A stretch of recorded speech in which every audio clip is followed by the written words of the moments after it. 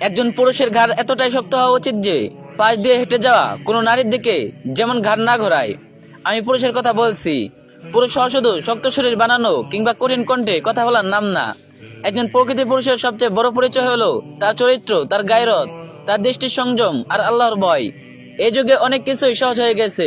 হারাম দেখা সহজ, হারাম সম্পর্ক সহজ, লোকে পাপ করা সহজ। কিন্তু সহজ হওয়ার মানে এই না যে একজন মুমিন পুরুষ নিজেকে ছেড়ে দিবে। রাস্তা দিয়ে হাঁটার সময়, সোশ্যাল মিডিয়া স্ক্রল করার সময় কিংবা কোনো নারীর সামনে পড়লে নিজের দৃষ্টিকে নিয়ন্ত্রণ করতে পারা দুর্বলতা না, এটাই শক্তি, এটাই পুরুষত্ব। কিছু মানুষ শুধু পুরুষের শরীর বহন করে কিন্তু ভেতরে তাদের কোনো গায়রত নেই।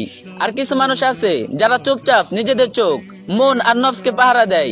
মানুষ হয়তো তাদের দেখে না কিন্তু আল্লাহ দেখেন।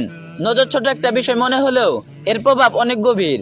এক হারাম দৃষ্টি হৃদয়কে অসুস্থ করে দিতে পারে, ইবাদতের স্বাদ কমিয়ে দিতে পারে, চোখের গুণা ধীরে ধীরে অন্তরকে অন্ধ করে দেয়। এজন্যই আল্লাহ প্রথমে পুরুষদের দৃষ্টি সংযমের আদেশ দিয়েছেন, কারণ চোখই অনেক ফিতনার দরজা। একজন আত্মসম্মানী মুমিন পুরুষ জানে প্রয়োজন ছাড়াই নিজের দৃষ্টি নিচু রাখতে পারাটাই সম্মানের। যে নিজের চোখ নিয়ন্ত্রণ করতে পারে না সে একসময় নিজের মনকেও নিয়ন্ত্রণ করতে পারে না। মনে রাখবেন, আপনি রাস্তায় কোনো নারীর দিকে না তাকিয়ে চলে গেলে হয়তো কে আপনাকে বাহবা দিবে না, কিন্তু এই ছোট আমলটাই কিয়ামতের দিন আপনার জন্য নূর হতে পারে। কারণ গোপনে করা তাকওয়ার মূল্য আল্লাহর কাছে অনেক বেশি। আমার প্রত্যেকটা পোস্ট সেলফ রিমাইন্ডার।